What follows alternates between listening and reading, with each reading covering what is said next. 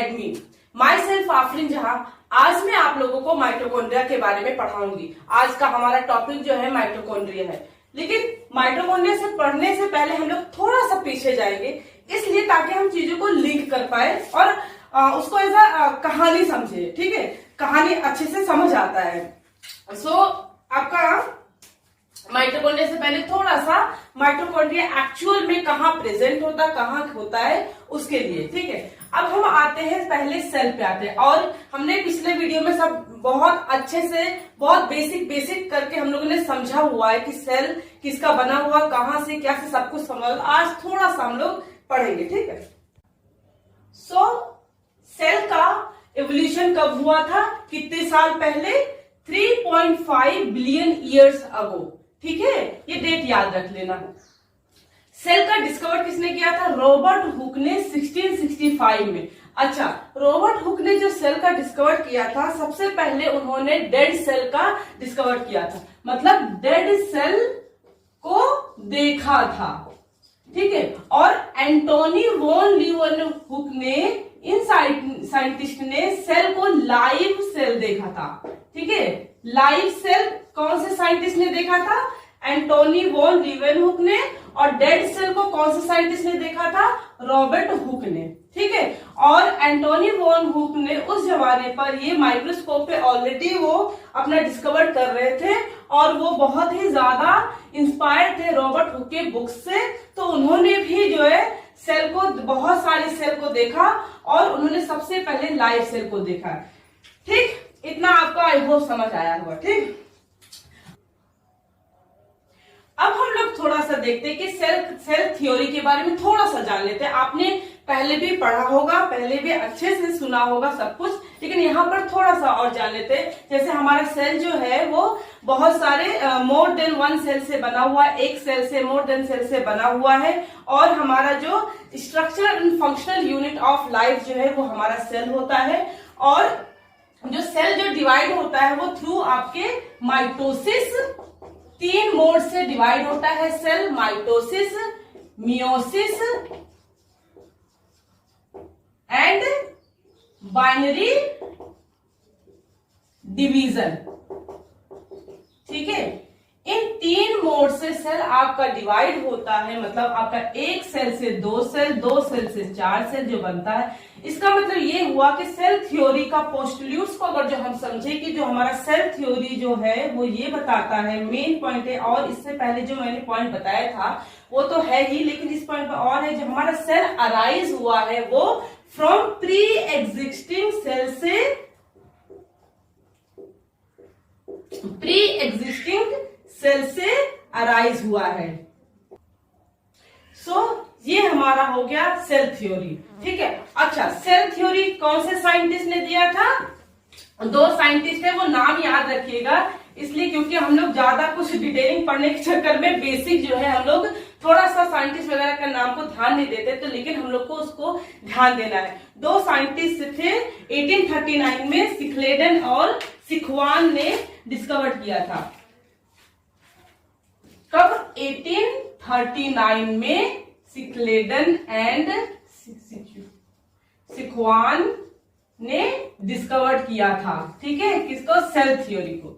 ये चीज आप लोग समझ गए। अब हम लोग आते हैं, अच्छा, आजकल जो थोड़ा ये कोरोना वायरस तो देख ही रहे हो, समझ रहे हो, सुन रहे हो, कोरोना वायरस। अच्छा, आप लोग ये बताइए कि कोरोना वायरस जो वायरस होता है, क्या वो सेल होता है?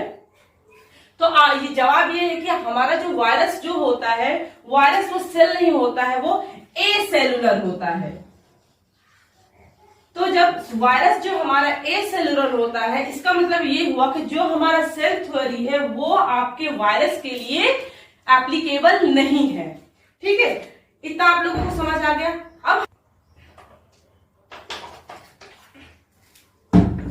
अब हम लोग पढ़ते हैं, थोड़ा सा फ्लो चार्ट पढ़ लेते हैं। हमने सेल के बारे में जान लिया। अब सेल के सेक्शन कितने हैं? सेल मेम्ब्रेन या फिर प्लाज्मा मेम्ब्रेन कह लो, या प्रोटोप्लास्ट। ठीक है, मतलब सेल मेम्ब्रेन और प्रोटोप्लास्ट। प्रोटोप्लास्ट में साइटोप्लाज्म और न्यूक्लियस को मिलाकर प्रोटोप्लास्ट कहा जाता है। साइटोप्लाज्म में आपका सारे सेल ऑर्गेनल्स है, सेल और सेल इंक्लूजन होता है, जैसे ग्रेन्यूल्स और वैक्यूल होता है। सेल ऑर्गेनल्स की बात करें तो ये आपके ऑर्गेनल्स होते ही हैं प्लांट में और एनिमल में, लेकिन प्लांट में थोड़ा सा और ऑर्गेनल्स होता है जो कि एनिमल में नहीं पाया जाता है। जैसे आपका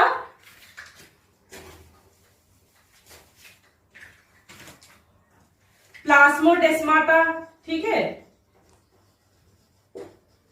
फिर आपका वैक्यूल हो गया, आपका क्लोरोप्लास्ट हो गया, आपका सेल वॉल हो गया, ये आपके प्लांट में पाए जाते हैं। और सेल वॉल जो है वो प्लांट में भी पाया जाता है, फंजाई में भी पाया जाता है, बैक्टीरिया में भी सेल वॉल पाया जाता है।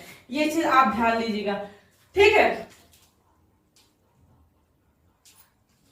अब थोड़ा सा न्यूक्लियस के बारे में जान लेते हैं। न्यूक्लियस जो होता है वो हमारे heart of the cell, heart of the cell जो कि न्यूक्लियस होता है। और न्यूक्लियस को क्या नाम से जानते हैं? कैरियोन। और सेल में जो भी आपकी एक्टिविटीज होता है, मेटाबॉलिक एक्टिविटीज होता है, सारा कंट्रोल आपका न्यूक्लियस ही करता है, ठीक है। इतना आप लोग समझ गए। अब हम लोग आते हैं मेन टॉपिक पे, जो आज का एक्चुअल टॉपिक है माइटोकॉन्ड्रिया, जो कि सेल ऑर्गेनल्स होता है और पाया कहा जाता है साइटोप्लाज्म में पाया जाता है। और साइटोप्लाज्म की खास बात क्या होता है कि उसके जो इनर पार्ट जो मटेरियल होता है वो आपके जेली लाइक स्ट्रक्चर होता है, मतलब लिक्विड इन्वॉल्वमेंट होता है साइटोप्लाज्म। मतलब आपका जैसे ये हो गया आपका, अब हम थोड़ा सा साइटोप्लाज्म में आके,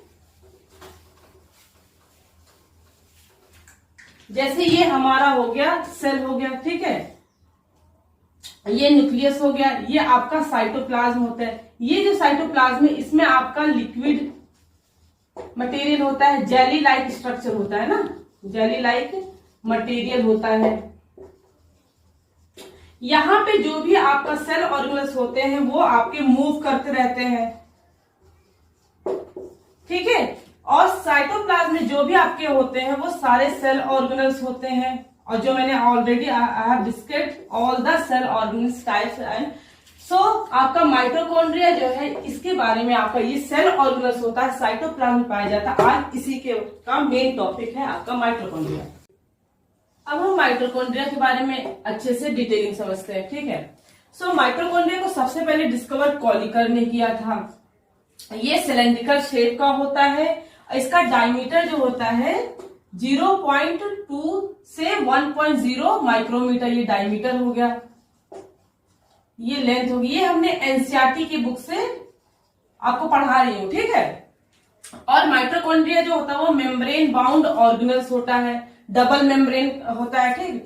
power house of the cell इसको कहा जाता है माइटोकॉन्ड्रिया को। क्यों? क्योंकि ये आपको एनर्जी प्रोवाइड करता है in the form of ATP.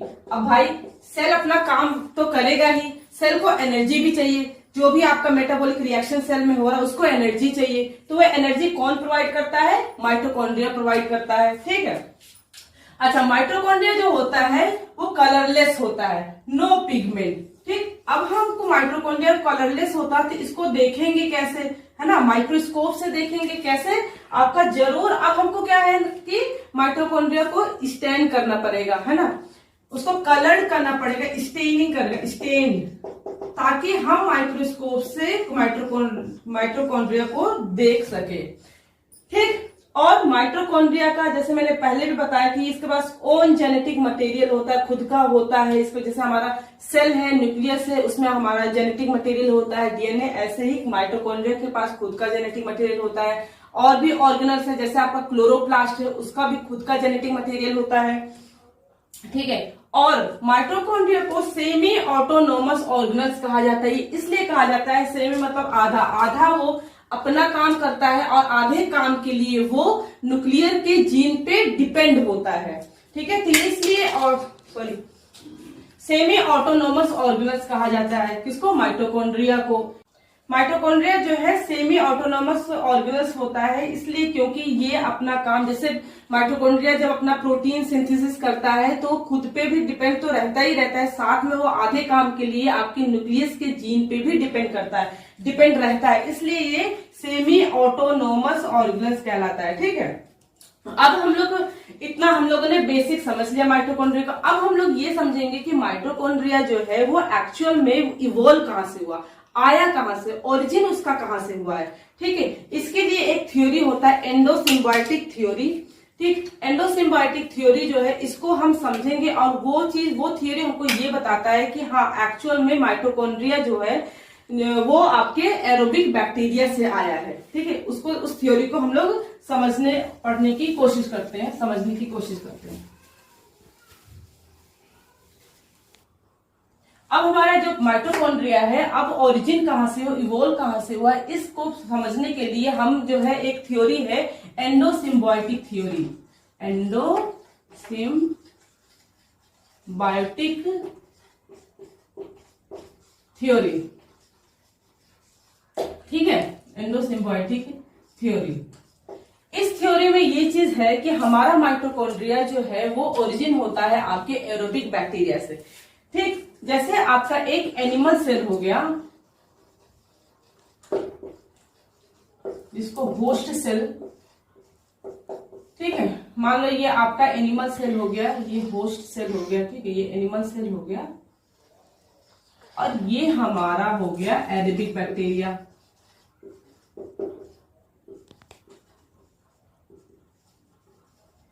कितने साल पुराना, 1.5 ईयर्स अगो। कौन सा बैक्टीरिया, पर्पल फोटोसिंथेटिक बैक्टीरिया।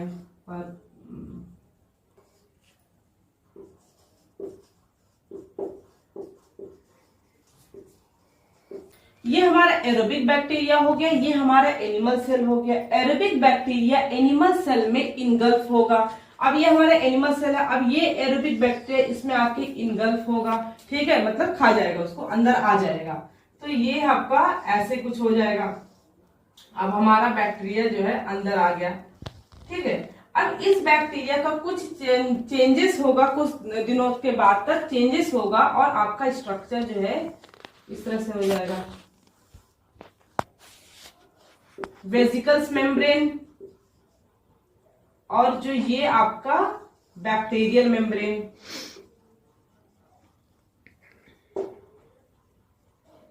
कैसा स्ट्रक्चर हो जाएगा, माइटोकॉन्ड्रिया जैसे, जो अभी हम स्ट्रक्चर इसके बाद पढ़ेंगे।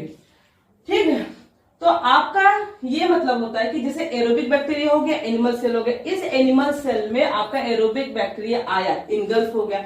इनगल्फ होने के बाद फिर ये जो हमारा एनिमल सेल हो गया और बैक्टीरियल सेल हो गया, आपस में ये लोगों का अच्छा बॉन्डिंग हो जाता है, अच्छी रिलेशनशिप बन जाती है और एक दूसरे को हार्म नहीं करते हैं। और कैसा रिलेशन हो जाता है, सिम्बायोसिस रिलेशन हो जाता है। सिम्बायोसिस रिलेशन मतलब एक दूसरे के लिए वो लोग फायदेमंद हो गए, इसलिए वो मरा नहीं, डेड नहीं हुआ है एनिमल सेल के अंदर। ठीक है, और फिर कुछ दिनों के बाद तक जो है चेंजेस होता है और चेंज होकर इस तरह का स्ट्रक्चर बनता है। तो हम ये कह सकते हैं कि बैक्टीरिया जो हमारा माइटोकॉन्ड्रिया का जो स्ट्रक्चर है वो बैक्टीरिया से बिल्कुल मिलता जुलता है, क्योंकि आपका ये स्ट्रक्चर देख सकते हैं। तो हमारा माइटोकॉन्ड्रिया जो है एक्चुअल में ओरिजिन जो कैसे हुआ है, endocytosis of aerobic bacteria. Endocytosis of aerobic bacteria मतलब जो हमारा माइटोकॉन्ड्रिया जो है वो एरोबिक बैक्टीरिया से ही इवॉल्व हुआ है, ओरिजिन हुआ है। इस थ्योरी के जरिए हम समझ सकते हैं। ठीक है, अब देखो बैक्टीरिया, ये हमारा समझ आ गया कि माइटोकॉन्ड्रिया जो है आपका ओरिजिन होता है एंडोसाइटोसिस ऑफ एरोबिक बैक्टीरिया। ठीक है, अब ये चीज कुछ ऐसे पोस्टुलेट्स जो है जो हमको ये सच में मानने से मजबूर करता है कि हाँ माइटोकॉन्ड्रिया जो है वो ओरिजिन आपके बैक्टीरिया से ही हुआ है। जैसे अगर जो बात करें कि एनिमल सेल की बात करें, उसमें जो हमारा माइटोकॉन्ड्रिया है, जो सेल ऑर्गेनल्स होता है, माइटोकॉन्ड्रिया में जो हमारा मैकेनिज्म चल रहा है, ठीक है, वो जस्ट आपके सिमिलर है आपके बैक्टीरिया से। मतलब आपका बैक्टीरिया या एनिमल सेल में जो एनिमल सेल और बैक्टीरिया में जो आपका माइटोकॉन्ड्रिया, उसका जो भी सिस्टम चल रहा है, ठीक है, जो भी आपके मैकेनिज्म चल रहा है, मेटाबॉलिक एक्टिविटी चल रहा है, बैक्टीरिया से आपका सिमिलर है। जैसे आपका सेल्फ रेप्लिकेटिंग की बात कर लो, बैक्टीरिया से आपका सिमिलर है। बाइंड्री फिजन की बात करो, बैक्टीरिया से आपका सिमिलर है ना। बैक्टीरिया भी तो आपका बैक्टीरिया आपका क्या है, यूनिसेलुलर होता है ना, एक सेल से बना होता है, एक सेल से दो सेल, ये आपका क्या है, बाइंड्री फिजन है। ऐसे ही माइटोकॉन्ड्रिया का होता है। अच्छा, डिवीजन जैसे आपका हम पढ़ाएंगे, आपको सेल डिवीजन बताएंगे कि जिसमें एक सेल से दूसरा सेल होता है, उससे पहले आपका क्या होता है, रेप्लिकेशन माइटोकॉन्ड्रिया का हो जाता है। ये चीज याद रखना कि आपका सेल डिवीजन से पहले रेप्लिकेशन प्रोसेस होता है।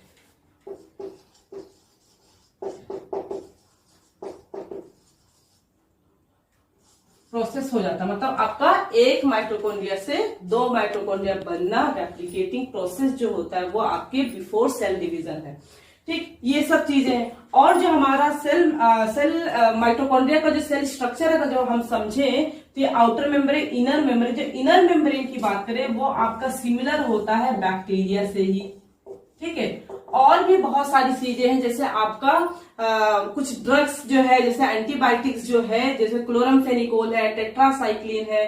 ठीक है, बहुत सारी चीजें हैं जो आपको जब उसको हम देते हैं बैक्टीरिया को, तो बैक्टीरिया के प्रोटीन की सिंथेसिस को वो रोक देते हैं। वही work as a animal cell ले लो या फिर बैक्टीरिया सेल ले लो, जो ड्रग्स जो है वो दोनों में इनहिबिशन का काम करते हैं।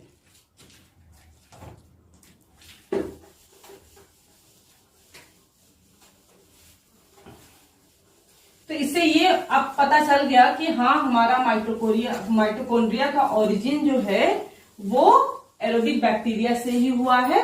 और क्यों हुआ है, कैसे पता चला, मैंने आपको थ्योरी बता दिया, आपके कुछ फीचर्स भी बता दिए, और इससे पहले हमने बता दिया आपको कि क्या बेसिक है माइटोकॉन्ड्रिया का, क्या बेसिक। अब हम लोग पढ़ेंगे माइटोकॉन्ड्रिया का स्ट्रक्चर, उसी के साथ में उनका फंक्शन समझ लेंगे। ठीक है, अच्छा, जैसे हमने आपको मेटाबॉलिक पाथवे को जो हम आपको पढ़ाएंगे मेटाबॉलिक पाथवे, तो उसमें जो एक होता है ना मेटाबॉलिक पाथवे में, जिसमें आपका ग्लाइकोलिसिस चलता है, ग्लाइकोलिसिस है ना, टीसीए साइकिल चलता है, इलेक्ट्रॉन ट्रांसपोर्ट चैन। तो जो टीसीए साइकिल है, इलेक्ट्रॉन ट्रांसपोर्ट चैन है, ये आपके माइटोकॉन्ड्रिया में होता है, माइटोकॉन्ड्रिया के मैट्रिक्स में होता है। मैं आपको मेन पॉइंट पे हाईलाइट कर रही हूं ताकि एग्जाम के पॉइंट ऑफ व्यू से इंपॉर्टेंट होता है। ठीक, अब हम स्ट्रक्चर समझ लेते हैं। स्ट्रक्चर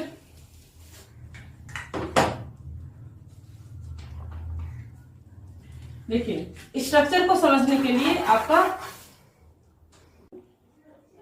देखो, अब हम माइटोकॉन्ड्रिया का स्ट्रक्चर समझते हैं। ठीक है, माइटोकॉन्ड्रिया जो होता है डबल मेम्ब्रेन का बना होता है। जैसे आपका इनर मेम्ब्रेन, यहां पर देखिए, ये अंदर वाला जो है ये इनर मेम्ब्रेन है, बाहर वाला जो है वो आपका ये मेम्ब्रेन, बाहर वाला मेम्ब्रेन आउटर मेम्ब्रेन है, इनर मेम्ब्रेन।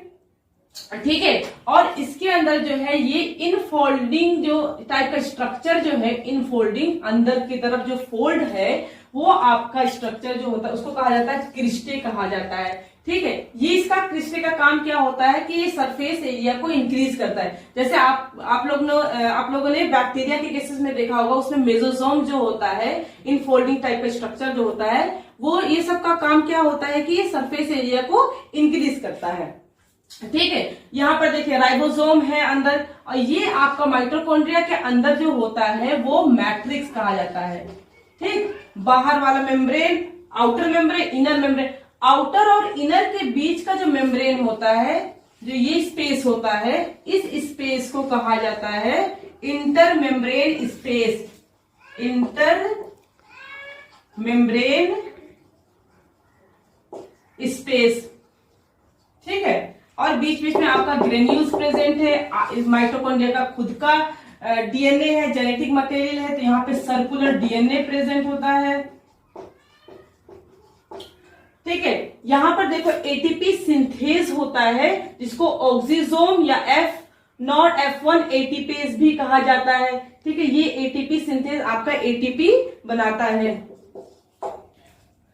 और हम बात करें आउटर मेम्ब्रेन की बात करें, तो आउटर मेम्ब्रेन जो होता है as compare to inner membrane के, आउटर मेम्ब्रेन जो होता है वो स्मूथ होता है, इनर मेम्ब्रेन आपका हार्ड होता है, ठीक है। और आउटर मेम्ब्रेन पे आपका टोम होता है। टोम का क्या होता है? ट्रांसलोकेज आउटर मेम्ब्रेन, ट्रांसलोकेज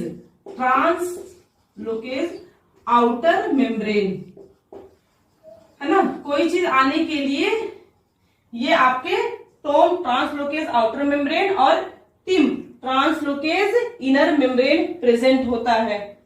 जो आउटर मेम्ब्रेन होता है वो परमिएबल होता है, वहां से कोई भी मॉलिक्यूल्स आ जा सकता है, लेकिन आपका इनर मेम्ब्रेन होता है वो आपके इम्परमिएबल होता है। वो इसलिए होता है क्योंकि वहां पर एक मॉलिक्यूल्स होता है कार्डियोलिपिन। कार्डियोलिपिन के वजह से वहां पर कोई मॉलिक्यूल्स आ जा नहीं सकता है, सिर्फ और सिर्फ थोड़ा बहुत लिपिड आ जाता है। लेकिन इनर मेम्ब्रेन की बात करें तो ये इनर मेम्ब्रेन जो होता है वो इम्परमिएबल होता है as compare to outer membrane. Impermeable इसलिए क्योंकि ये कार्डियोलिपिन का बना होता है। कार्डियोलिपिन क्या होता है? कार्डियोलिपिन मॉलिक्यूल्स की वजह से, कार्डियोलिपिन कौन सा मॉलिक्यूल्स होता है? फोस्फोलिपिड होता है। कार्डियोलिपिन का होता है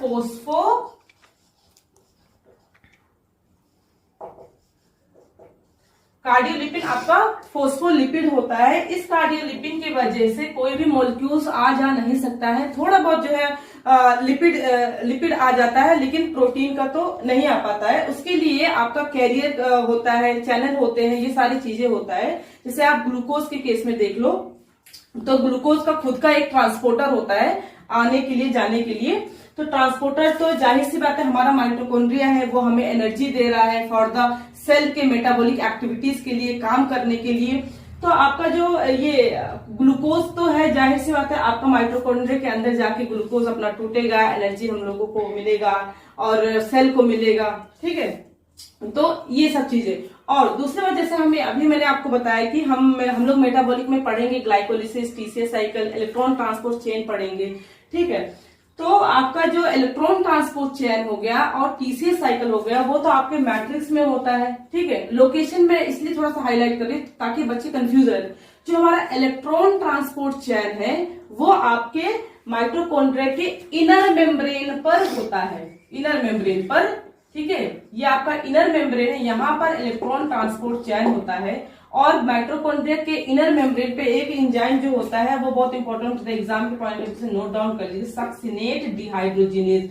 एग्जाम में कुछ कुछ पॉइंट जो है वो पूछते हैं, इसलिए ध्यान दें। डिहाइड्रोजिनेज, तो ये स्ट्रक्चर भी ध्यान में आ गया, आउटर मेम्ब्रेन और इनर मेम्ब्रेन। और ये कार्डियोलिपिन का ध्यान देना है, और कोई चीज कोई प्रोसेस कहाँ पे हो रहा है उसका लोकेशन भी ध्यान देना एग्जाम में, और कौन सा एंजाइम, सक्सिनेट डिहाइड्रोजिनेज, ठीक है। ये आपके हो गए माइटोकॉन्ड्रिया का स्ट्रक्चर, कॉन्ड्रिया का स्ट्रक्चर। अब हम लोग आते हैं माइटोकॉन्ड्रियल इनहेरिटेंस, वो क्या चीज होता है उसके बारे में भी हम लोग थोड़ा सा पढ़ लेते हैं, क्योंकि आता है, शब्द आता है, वर्ड आता है, सेंटेंस आता है माइटोकॉन्ड्रियल इनहेरिटेंस के बारे में। तो माइटोकॉन्ड्रियल इनहेरिटेंस, माइटोकॉन्ड्रियल इनहेरिटेंस, ठीक है। माइटोकॉन्ड्रियल इनहेरिटेंस क्या होता है कि इसमें क्या होता है, यूनिपेरेंटल। तो माइटोकॉन्ड्रियल इनहेरिटेंस में क्या होता है कि यूनिपेरेंटल होता है। मतलब ये हुआ कि मदर से डॉटर में जो हमारा माइटोकॉन्ड्रियल डीएनए है, ठीक है, माइटोकॉन्ड्रियल डीएनए जो है वो मदर से ही डॉटर में जाता है, फादर से नहीं जाता है, एक ही पेरेंट से जाता है, मतलब यूनिपेरेंटल है, ठीक है। माइटोकॉन्ड्रियल डीएनए डॉटर में किसके, एग के थ्रू, है ना। एग के थ्रू जो है कहां पे जाएगा, जाइगोट में जाएगा ना। एग के थ्रू जाइगोट में जाएगा क्या चीज, माइटोकॉन्ड्रियल डीएनए, मदर से ही। इसलिए अगर जो मदर मान लो अफेक्टेड है, डिजीज है, तो उसके जितने भी बच्चे होंगे, चिल्ड्रन होंगे, सारे अफेक्टेड होंगे, ठीक है। अब हम लोग थोड़ा सा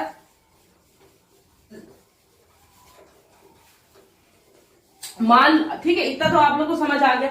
अब मान लो माइटोकॉन्ड्रिया में क्या हो जाए, कुछ म्यूटेशन हो जाए, तो उससे डिजीज होता है ना। दो तीन डिजीज के बारे में समझ लेते हैं। जैसे आपका होता है, जैसे आपका लेबर, अगर जो मान लो माइटोकॉन्ड्रिया में म्यूटेशन हो जाता है तो तो कौन सा डिजीज होता है? Labour hereditary optic neuropathy. इसमें क्या होता है? विजन का लॉस होता है ना, आईज की प्रॉब्लम होती है। दूसरा क्या है? मस्कुलर इपिलैप्सी रैक्ट रेड फाइबर डिजीज है। केन सायर सिंड्रोम डिजीज है। इसमें क्या होता है? आईज का मसल्स जो है पैरालिसिस होता है, मूवमेंट जो है वो आईज का नहीं हो पाता है। और मस्कुलर इपिलैप्सी रैक्ट रेड फाइबर जो है आपका मसल्स है, नर्वस सिस्टम में जो है गड़बड़ होता है। तो मतलब ये आपके तीनों जो है डिजीज ध्यान में रखना, ठीक है। अच्छा, अब जैसे थोड़ा सा म्यूटेशन आया था ना माइटोकॉन्ड्रिया में, जो अगर म्यूटेशन हो जाए तो डिजीज होता है। तो म्यूटेशन क्या होता है? कंफ्यूज मत रहिएगा। म्यूटेशन क्या होता है कि कुछ नहीं होता है आपका, जैसे मैंने आपको बताया था ना कि क्रोमोसोम होता है, क्रोमोसोम उसको उधेड़ोगे तो आपका ये डीएनए होता है, जो सीक्वेंस होता है न्यूक्लियोटाइड का, जैसे ATGC का, इस सीक्वेंस में अगर जो चेंजेस हो जाए, है ना, चेंजेस इन न्यूक्लियोटाइड सीक्वेंस है ना ऑफ डीएनए का, तो डीएनए के न्यूक्लियोटाइड सीक्वेंस में अगर जो चेंजेस हो जाए तो म्यूटेशन होता है। जैसे मान लो ATGC, A आपका बॉन्ड कर लिया, T से T आपका, A से ट्रिपल बॉन्ड C, ये ट्रिपल बॉन्ड G, तो एक A जो है, A के जगह पे आपका T जो था पेयरिंग कर रहा था, वो T के जगह पे G आ जाए तो चेंजेस हो जाएगा ना। पहले किसी और को कोड करा था, अब किसी और अमीनो एसिड को कोड करेगा तो चेंजेस हो जाएगा। मतलब नॉर्मल से क्या हो जाएगा? नॉर्मल सीक्वेंस से आपका हो जाएगा अब नॉर्मल सीक्वेंस। तो ये आपका म्यूटेशन होता है। हीगो दी वेरीज ने डिस्कवर किया था, हीगो दी वेरीज, ठीक है। आई होप आपको आज का टॉपिक समझ आया होगा माइटोकॉन्ड्रिया का। अब आप जो है इस पे जो भी माइटोकॉन्ड्रिया पे क्वेश्चन आए होंगे नीट पे, आप जाके आज ही कोशिश करिएगा, सारे क्वेश्चन आपसे सॉल्व होंगे, ठीक है।